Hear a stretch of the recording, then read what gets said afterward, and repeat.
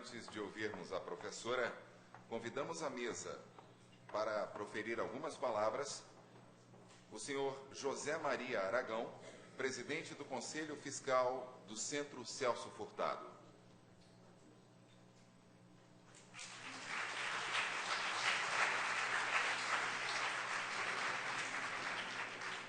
Vamos sentar porque eu estou metendo em pé. Vou romper o protocolo. Ui, querido.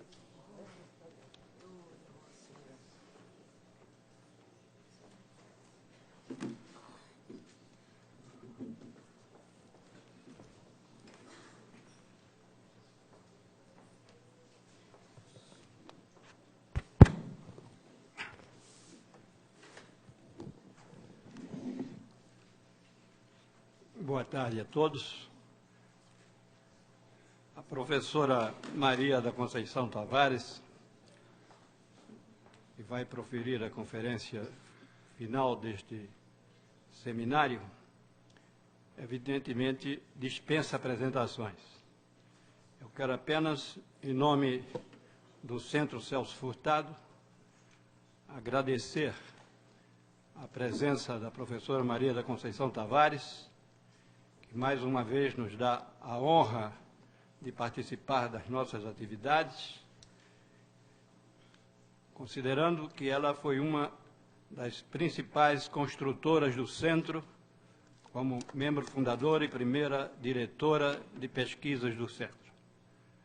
Professora, nós podemos dizer professora de todos nós, seguramente nos vai dar mais uma vez o brilho dos seus ensinamentos. Tem a palavra a professora Maria da Conceição.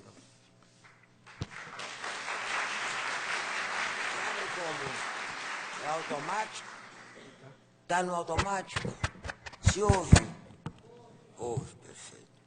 Porque eu em pé não dá.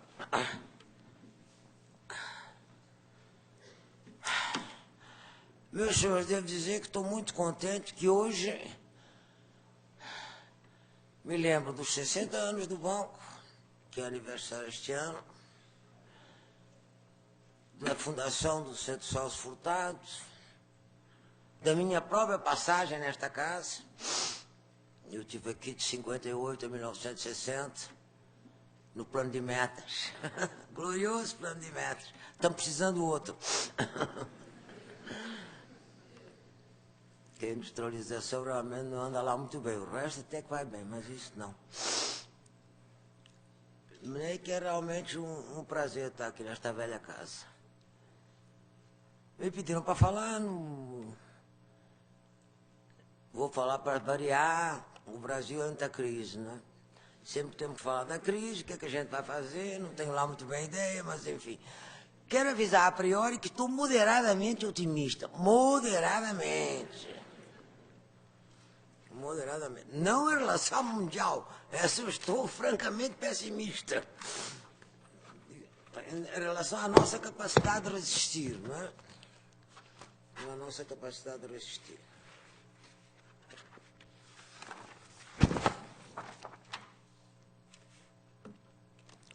Todo mundo está de acordo que esta é a maior crise mundial desde 1930. Não é da mesma natureza, quer dizer, não tem aquele colapso que teve 30, porque 30 foi feita uma política ortodoxa, e nesta não, foi feita política compensatória, de apoio aos bancos, não deixaram os bancos falir, por exemplo. Em 30 deixaram.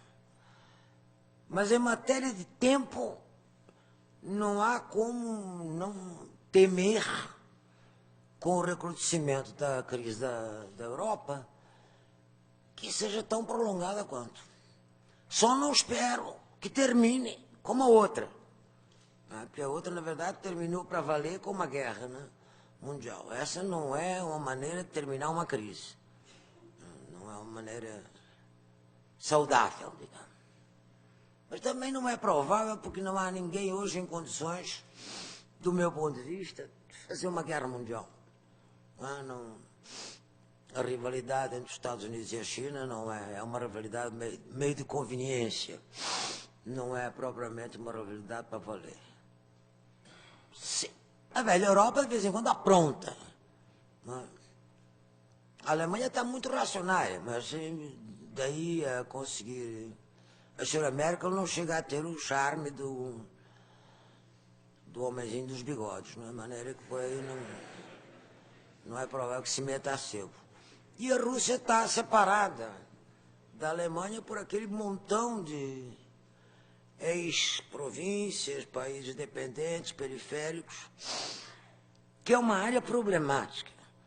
É que tá, a gente... Os Balcãs e aquela periferia entre a Alemanha e a Rússia nunca convém subestimar, porque ali sempre costuma haver bode. E quando começa um bode, a gente nunca sabe como é que termina, não? Mas, enfim, tirando isso, que Deus nos acuda, a crise deve ir devagarinho. O que não tem nada de surpreendente, porque este foi o mais longo período de acumulação de capital da história do capitalismo. Durou muito tempo e foi um período de superacumulação. Não apenas de superacumulação em termos reais de capacidade produtiva, como no final, sobretudo a partir da década de 90, com a loucura financeira de emissão desenfreada de títulos derivativos tóxicos. Isto é, de papel sobre papel sobre papel, derivada terceira, quarta, etc., que não valia porcaria nenhuma e que foi entupindo as carteiras dos bancos e das instituições financeiras. É claro que essa porcariada começou com a desregulamentação, que já começa em 80, mas que no governo Clinton foi ao limite. Terminou toda a regulamentação do sistema, eles acharam que o mercado era autorregulável. Achar que o mercado financeiro é autorregulável é uma coisa realmente para ninguém botar defeito. Nunca ninguém viu o diabo do mercado financeiro ser autorregulável. Ao contrário, todo mundo vê bolha, creche, alavancagem excessiva, escassez de crédito, mas autorregulado. Melhor achar que o mercado de mercadorias é autorregulado, o de crédito dificilmente. Bom, obviamente que disso resultou uma capacidade ociosa grande, dado que houve uma acumulação enorme, num processo intenso de industrialização no mundo inteiro, sobretudo na Ásia. Quer dizer, se agrega a capacidade industrial do mundo desenvolvido a dos países emergentes, que cresceram rapidamente e se industrializaram pesadamente. Não nós da América Latina, porque nós entramos no agrobusiness. Nós, a partir de 80, com a crise da dívida externa, não acompanhamos. Mas na Ásia.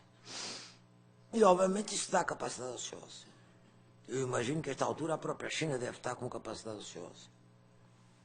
O problema é que eles, enfim, podem fazer o Estado deles funcionar com qualquer déficit, digamos. Os próprios Estados Unidos... Bom, aí a primeira crise, todo mundo conhece, foi o estouro do subprime em 2007, seguido pelo estouro do Lehman Brothers em 2008. E ali em 2008 propagou geral. Né? Propagou geral e bateu em toda a parte, inclusive aqui. Só que aqui bateu leve. Bateu leve. Isso é que é...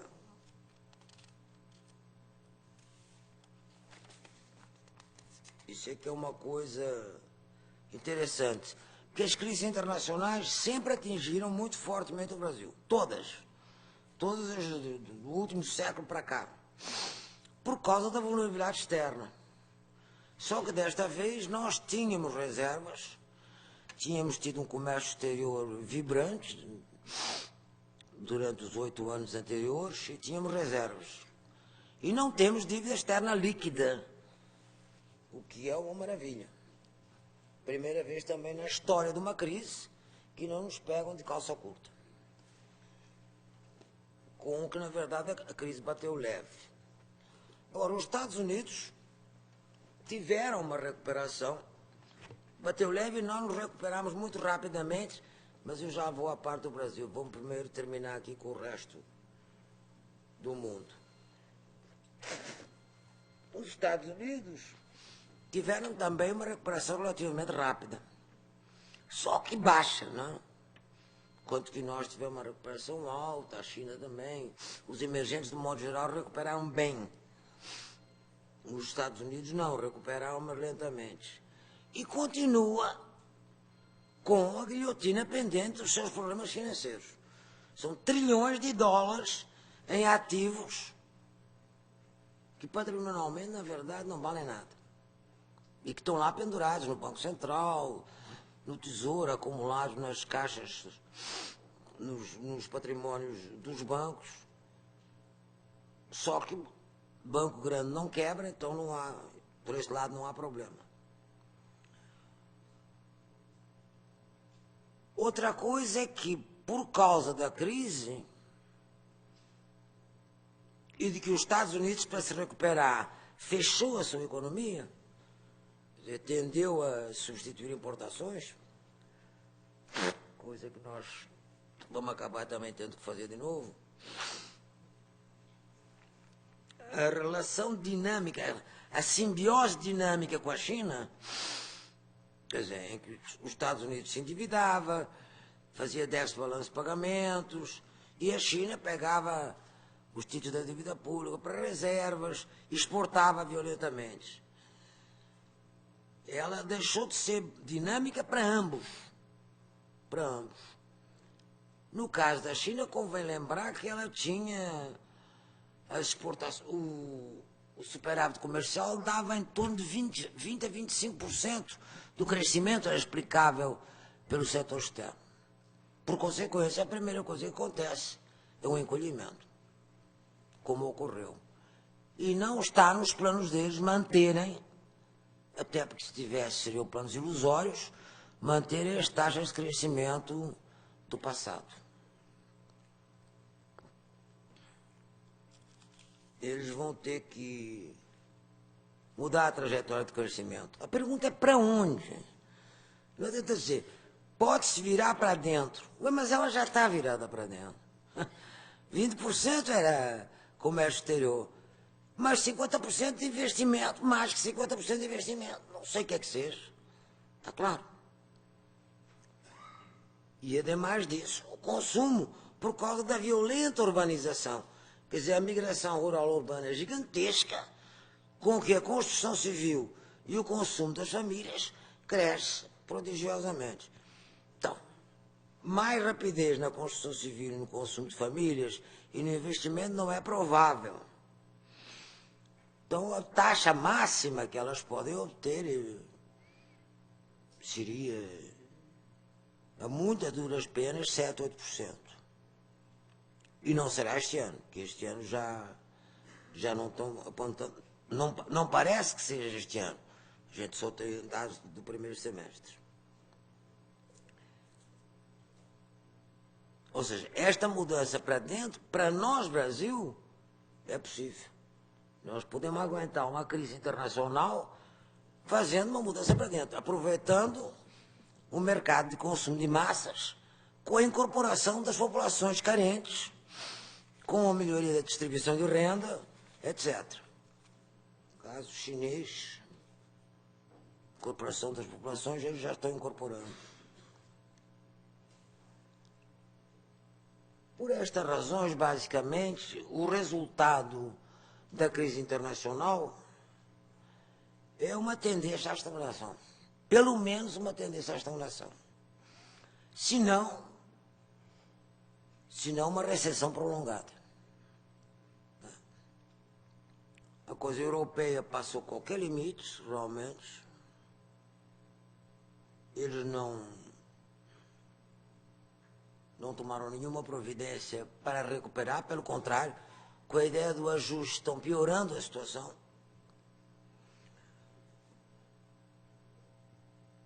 O crédito continua deprimido na Europa.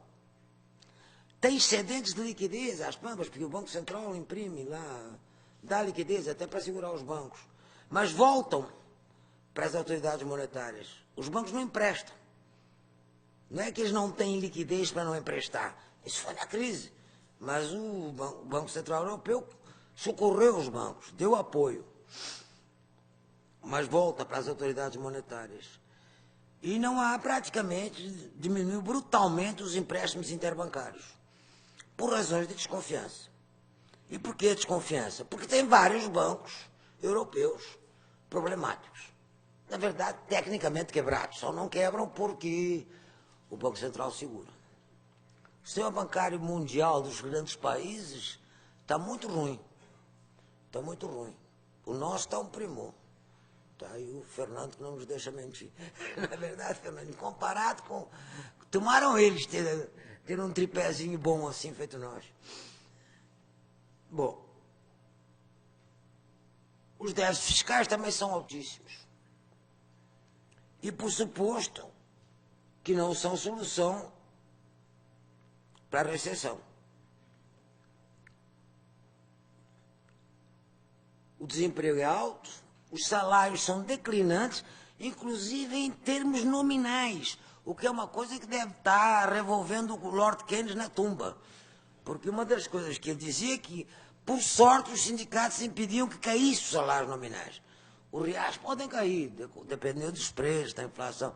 Mas nominal, dizer, um contrato de trabalho nominal que cai nominalmente, o resultado é claro que está todo mundo na rua.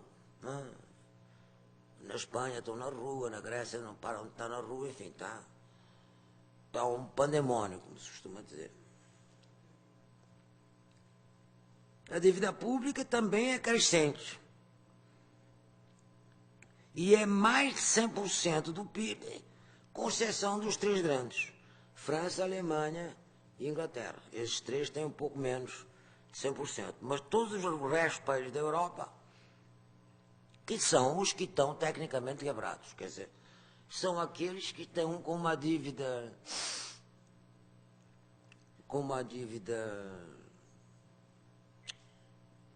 ai meu Deus, soberana, em estado lamentável. Em resumo, a Europa precisava fazer uma renegociação da dívida, ponto. Não é?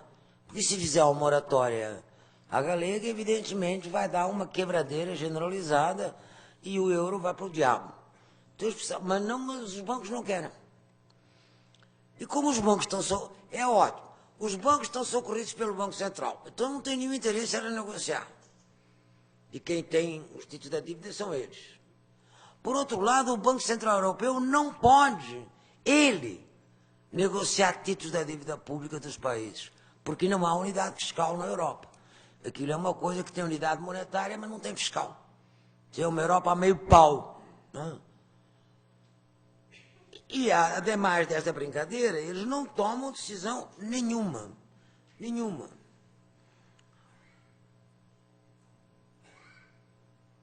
A crise dos bancos continua. Eles não topam rescalonar nada.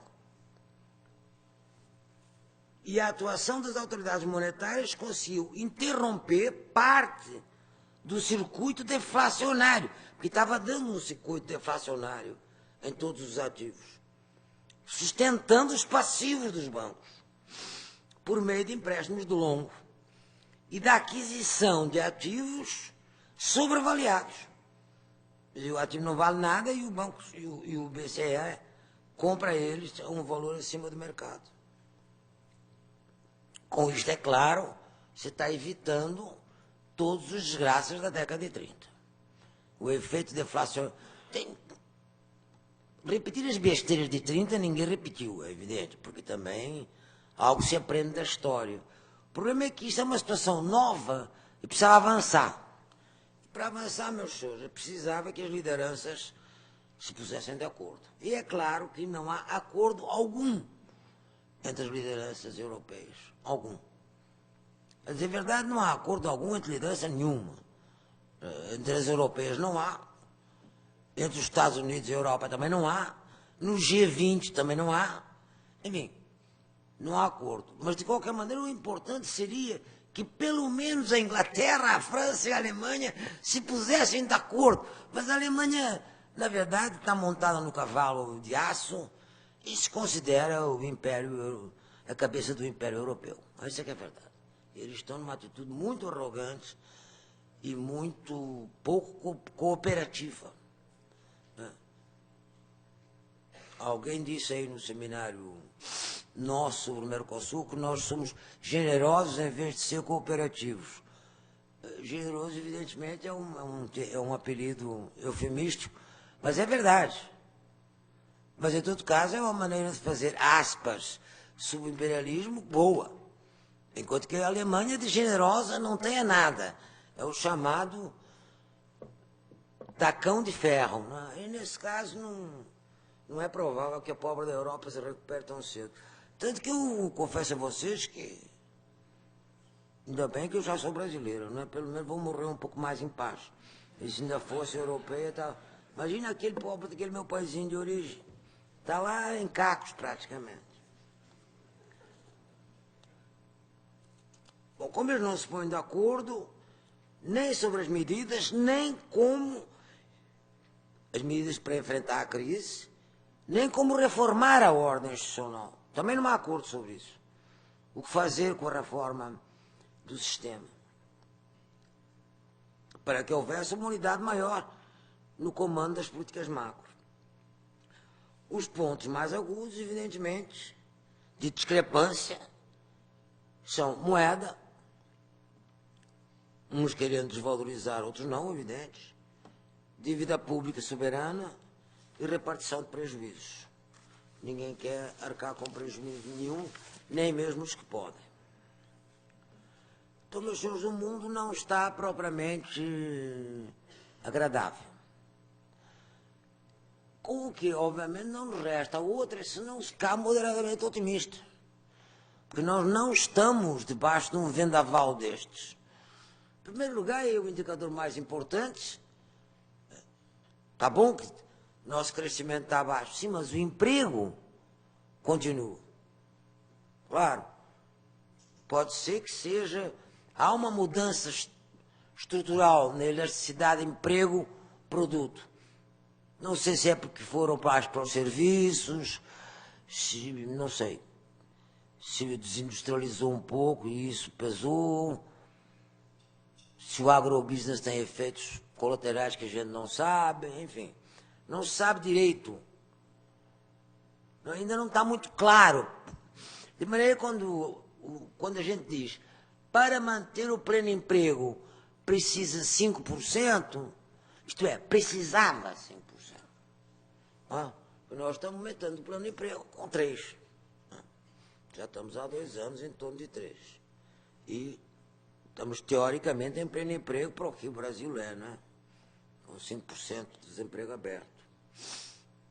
Desemprego estrutural não conta, nem é miséria, porque isso não tem nada a ver com o que eu estou discutindo. Tem muito a ver com o destino do país, mas não com isto.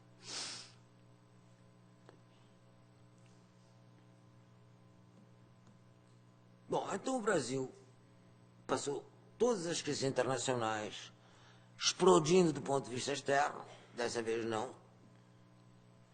Teve um período longo de desenvolvimento por industrialização, que foi o que ocorreu depois da crise de 30 até 80, são 50 anos de industrialização.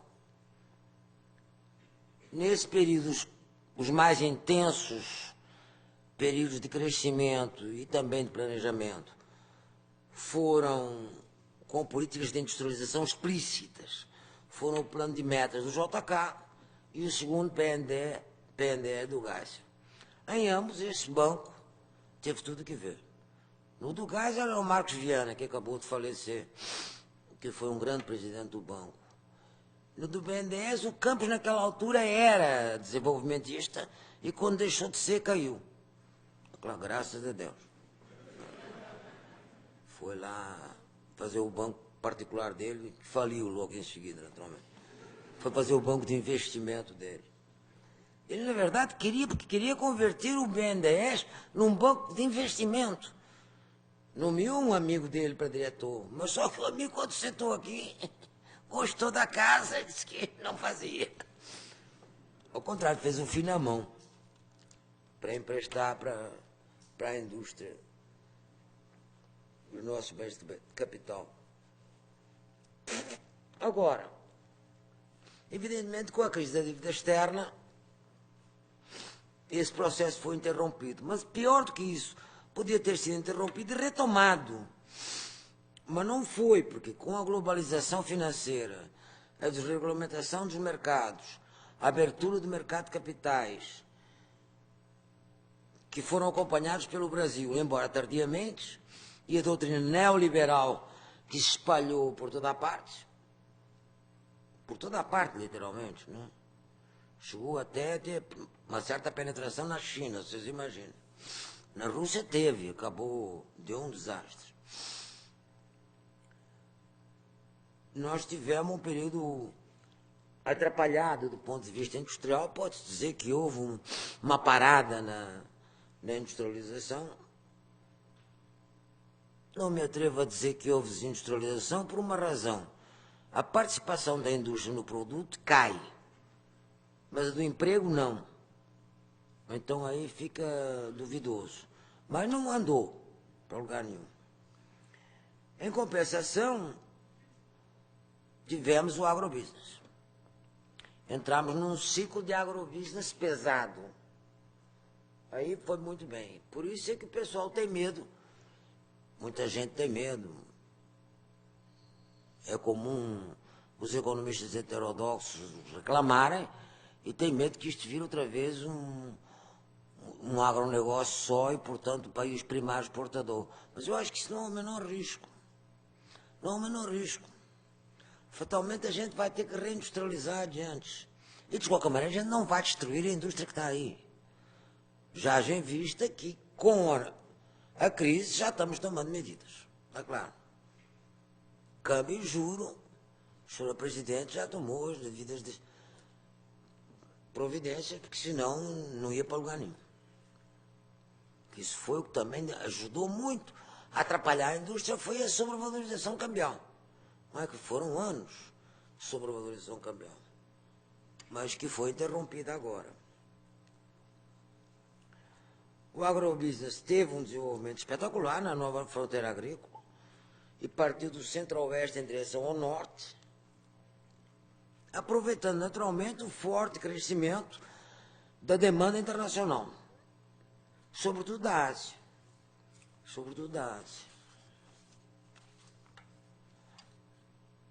Esse esse crescimento da demanda internacional é que é provável que não se mantenha. Não que não se mantenha a demanda, porque evidentemente a China, para consumo interno, precisa a mesma de alimentos e de soja, etc. O que vai sobrar, e os preços estão caindo mais vertiginosamente, é a parte metalúrgica. Quer dizer, não é o agrobusiness que está caindo tanto, se bem que os preços estão caindo. É mais bem a parte metalúrgica, quer dizer, minério de ferro e aço, onde tem uma capacidade ociosa também generalizada, aqui como na Ásia.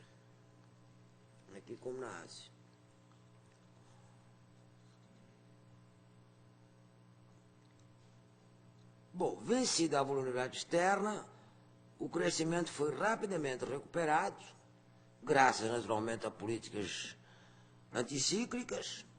E em 2010, em 2009 ficamos em torno do zero. Em 2010 foi a 7,5. As políticas anticíclicas internas foram muito eficazes. Uma política de crédito ativa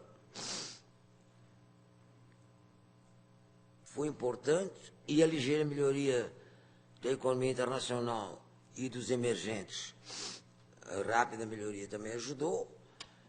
De maneira que deu 7,5, partindo de um patamar ruim, evidentemente. Mas o fato é que isto assustou os nossos ortodoxos. Isso eu acho que foi uma mancada da gente. Foi considerado excessivo o resultado, quando era apenas recuperação. Se fizer a média, não tem nada de excessivo, é claro. Bom, resultado. Os ortodoxos de turma fizeram um arroxo monetário e fiscal, sobretudo no segundo semestre, que é grave, fizessem só no primeiro, não aliviassem depois no segundo. Como agora. Agora estamos aliviando no segundo.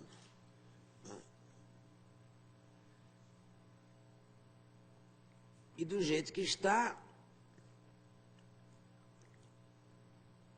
é provável que se o nosso segundo semestre agora melhorar, que há indicações que sim, que está melhorando, a gente termine o ano mais ou menos como o do ano passado, em torno de 3%.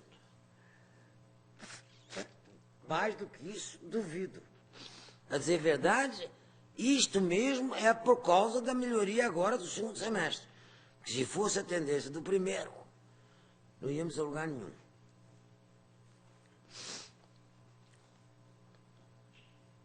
O que não é ruim. O que não é ruim. Metade da Índia, metade da China. China deve ir a 6. Não tem nada de ruim. Nós não somos grande potência. E superior à média mundial, de qualquer modo. Eu tenho raízes, tenho razões sérias para um otimismo relativo sobre o Brasil em relação a esta crise mundial, que vai se prolongar. Como ela vai se prolongar, precisamos avaliar se a gente aguenta. Eu acho que a gente aguenta. A gente aguenta porque nós temos um mercado interno de consumo de massas. Voltamos. É em expansão. É em expansão. Exatamente como, diriam, como na Rússia. Sim, só que o nosso ainda pode acelerar mais a expansão.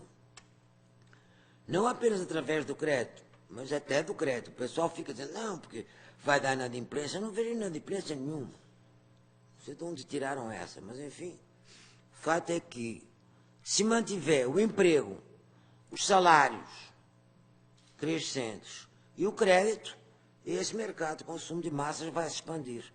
E serão incorporadas novas massas à medida em que o ataque à pobreza vai ocorrendo em simultâneo.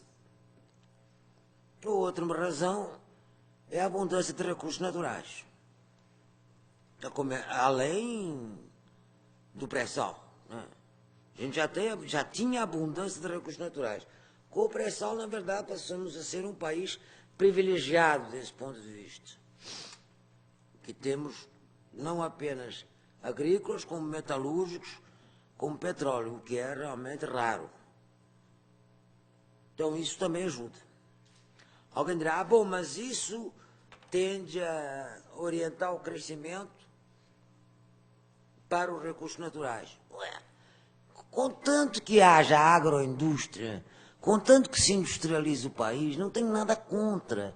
A Suécia, a Finlândia, a Noruega também orientaram para os recursos naturais, está claro?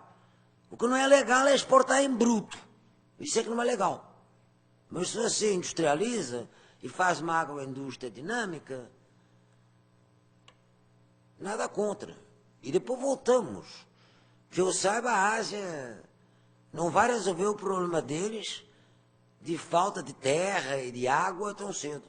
Nem tão cedo, nem nunca, a dizer a verdade. Porque são séculos e séculos e séculos de uso do solo de uma maneira braba. Bom, e finalmente temos aí o programa de infraestrutura, que está toda atrasada. Como ela está atrasada, mesmo se ela estivesse nos trinques, não seria movimento, não seria importante para o investimento. Mas não está nos trinques nada, não é? Porque tem vários problemas no PAC, que agora, com a nova medida provisória, me esclareceu minha amiga Eva agora, que foi passada, que talvez melhore a situação, porque encrenca pelo lado dos projetos, encrenca pelo lado dos ecologistas, que são chatos de galochas, que implicam com tudo, são chatos de galochas, não tem outro nome. Não sei o que eles preferem.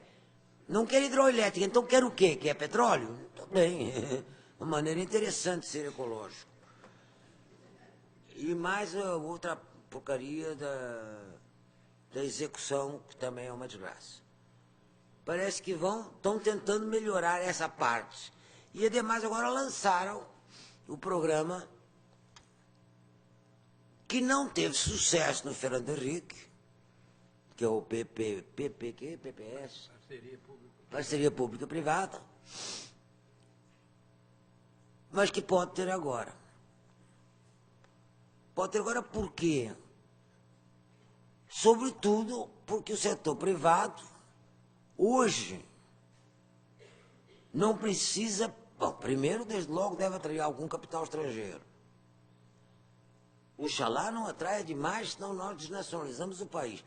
Que é um risco desta abundância de recursos naturais, é que a chinesada está de olho, não é? Se puder, eles instalam-se aqui como se isto fosse uma subprovíncia. Mas isso a gente não, espero que não deixe. Mas é um risco de desnacionalização.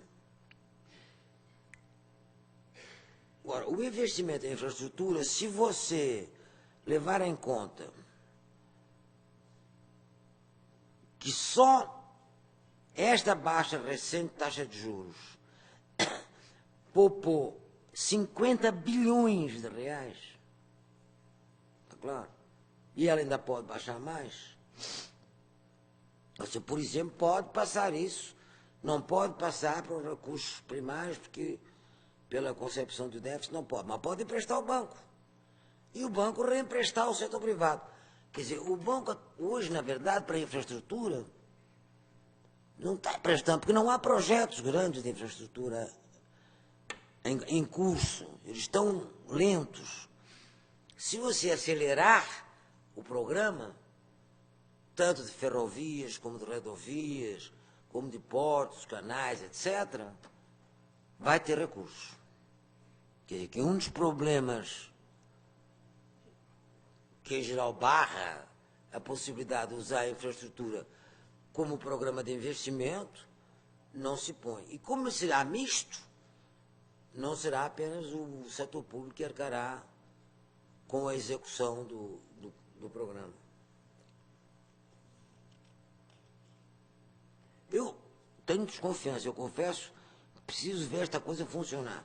Porque esses programas funcionaram bem em alguns lugares, mas noutros funcionaram muito mal, muito mal. No México funcionaram pessimamente. É claro que é um país de ladrões, perdão, se tiver algum mexicano presente. Mas aqui também não somos menos, não é? De maneira que essa coisa é complicada. É difícil a regulamentação. Não a regulamentação em lei, o controle, não é? Mas, enfim, não tem uma alternativa. A gente precisa de mega projetos. Não estamos mais brincando em serviço, senão não tem de onde vir o investimento. Porque a indústria está com capacidade ociosa, está claro? Enquanto a indústria estiver com capacidade ociosa, ela não vai investir, é óbvio.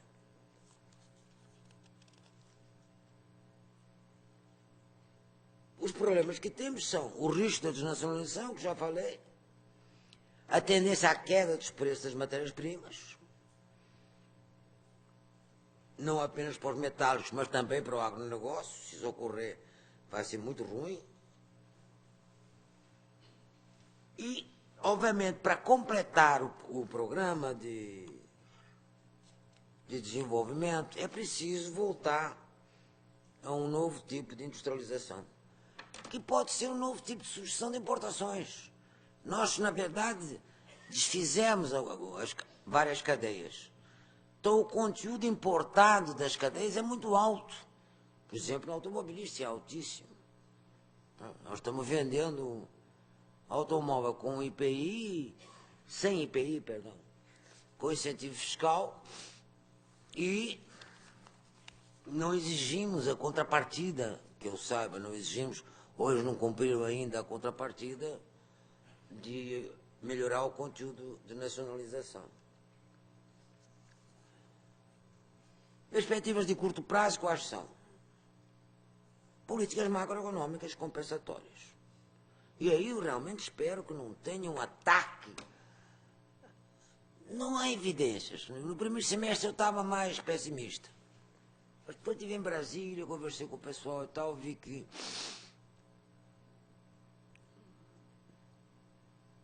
Não é que tenhamos um ministro da Fazenda mão larga, mas de qualquer maneira ele reconhece que não podem enrijecer demais o orçamento fiscal que já está totalmente rígido.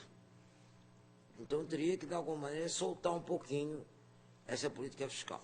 A monetária, eu francamente sou a favor de uma baixa dramática na taxa de juros. E por quê? Porque os juros internacionais estão todos muito baixos. E você mantendo o juro real alto, entra uma porção de capital especulativo que nos arrebenta com o balanço de pagamentos, está claro? O que é muito ruim. E ademais prejudica o orçamento, prejudica o investimento daqui interno, etc. Portanto, o juro dá para baixar tranquilamente. Eu, por mim, levaria a 3%. Ou, se a meta for 4% para a inflação, 4% pelo menos. Em resumo, eles estão com taxas negativas lá fora. Eu levaria a taxa de juros real a 0%. Se for o caso, se eu ouvir que a economia não reage, não teria nenhum inconveniente.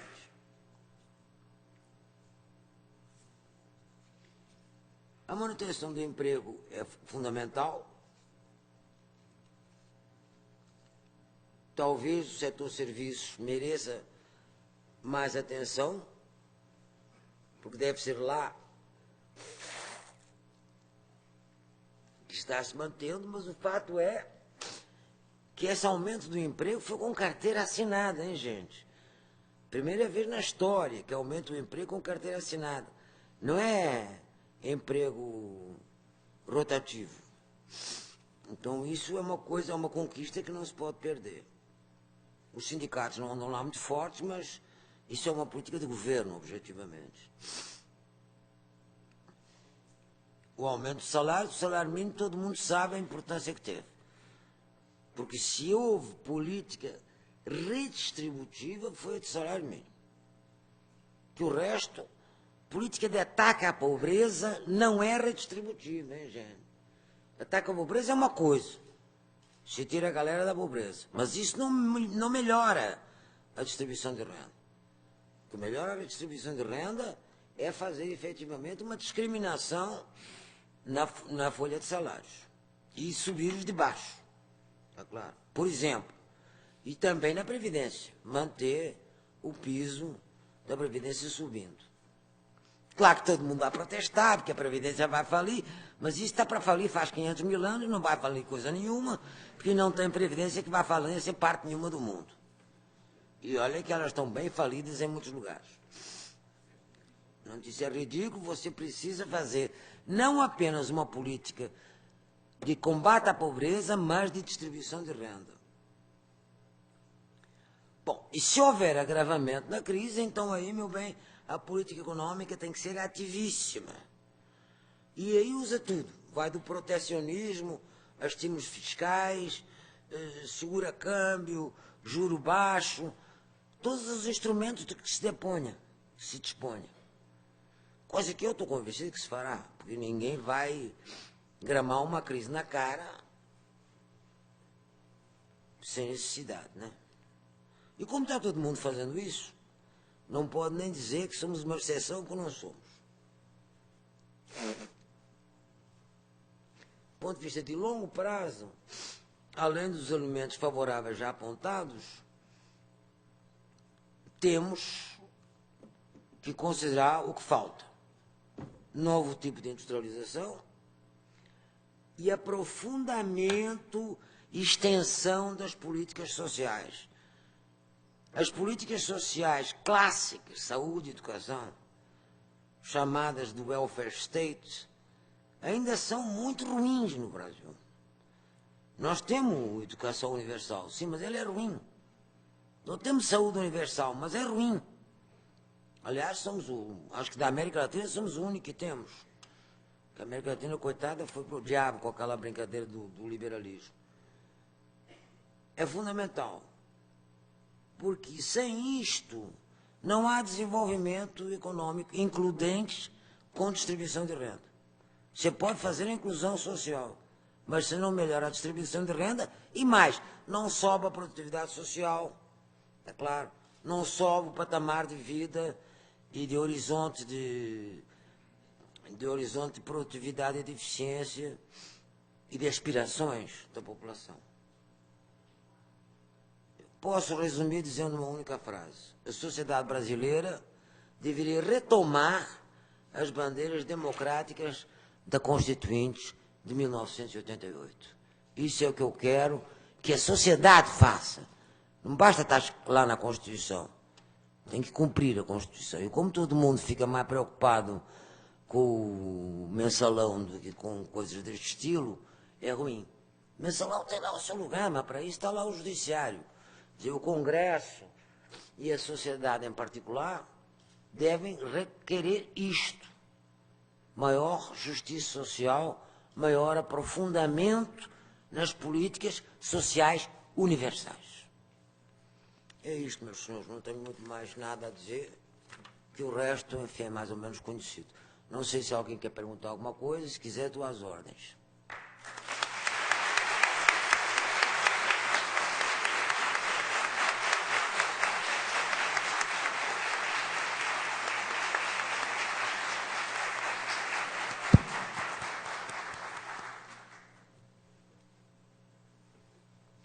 Alguém quer discutir alguma coisa? Já teve um seminário sobre a crise, né? Mas sobre o Brasil não teve. Teve? Ou no da crise também se falou do Brasil? Ninguém sabe. Falou? Então ninguém tem mais dúvida nenhuma sobre o Brasil, não é? Ótimo. Vamos esperar um pouquinho. Não, vamos ver. Pode ser que alguém tenha alguma pergunta. Os mais jovens, sobretudo os mais jovens. Para os mais velhos, isso aqui que eu falei é conhecido. Mas para os mais jovens pode ser latim.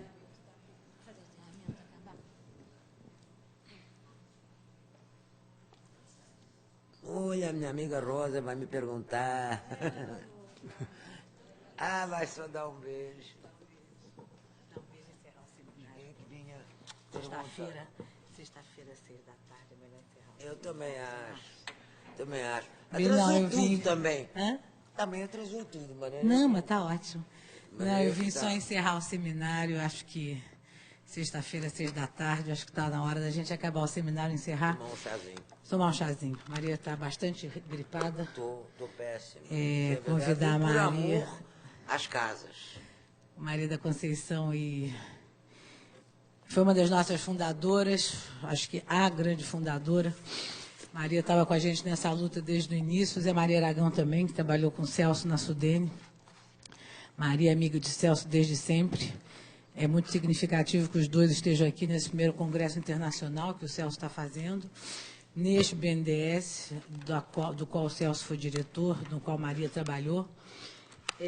Nada, agora só as palavras finais de praxe, agradecer aos quase 70 palestrantes que nós tivemos, quase todos praticamente sócios do Centro Celso Furtado. Contar para a Maria que nós tivemos 700 inscritos, foi um sucesso. E muitos jovens, e foi uma coisa boa que os jovens, como nós ficamos presos praticamente o dia inteiro, os jovens tiveram muito contato com os palestrantes, então pôde haver um diálogo muito grande entre uns e outros. E eu queria agradecer, sobretudo, à comissão organizadora, que foi, basicamente, ela se constituiu de Marcos Costa Lima, Ricardo Ismael, que está ali, e da Carmen Feijó.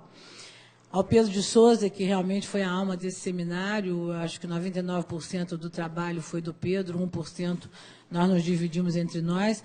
Mas, além da comissão organizadora, eu queria muito agradecer ao Davi Kupfer, que nos ajudou muito no seminário. E, bom, aí a todo mundo, aos nossos jovens do centro, Alexandre, Glauber, Adriana, a Aline, bibliotecária, ao pessoal do BNDES, que nos acolheu mais uma vez. E quanto aos papers e PowerPoint, muita gente veio perguntar para a gente. Agora é um segundo trabalho, nós vamos começar a colocá-los no site ou do centro ou do seminário. Nós pedimos a vocês, aos participantes que nos perguntaram, que vocês comecem a olhar, quer dizer, nós temos que ter um trabalhinho aí nos deem uns 10 dias de folga para a gente começar a recolher com os palestrantes e começar a adaptá-los e colocar nos sites o que nos for permitido colocar nos sites. Bem, então é isso. Daqui a 2 anos, outro encontro, não sei se é aqui ou em outro lugar do Brasil, mas vamos rediscutir outra etapa já do desenvolvimento. Muito obrigada a todos.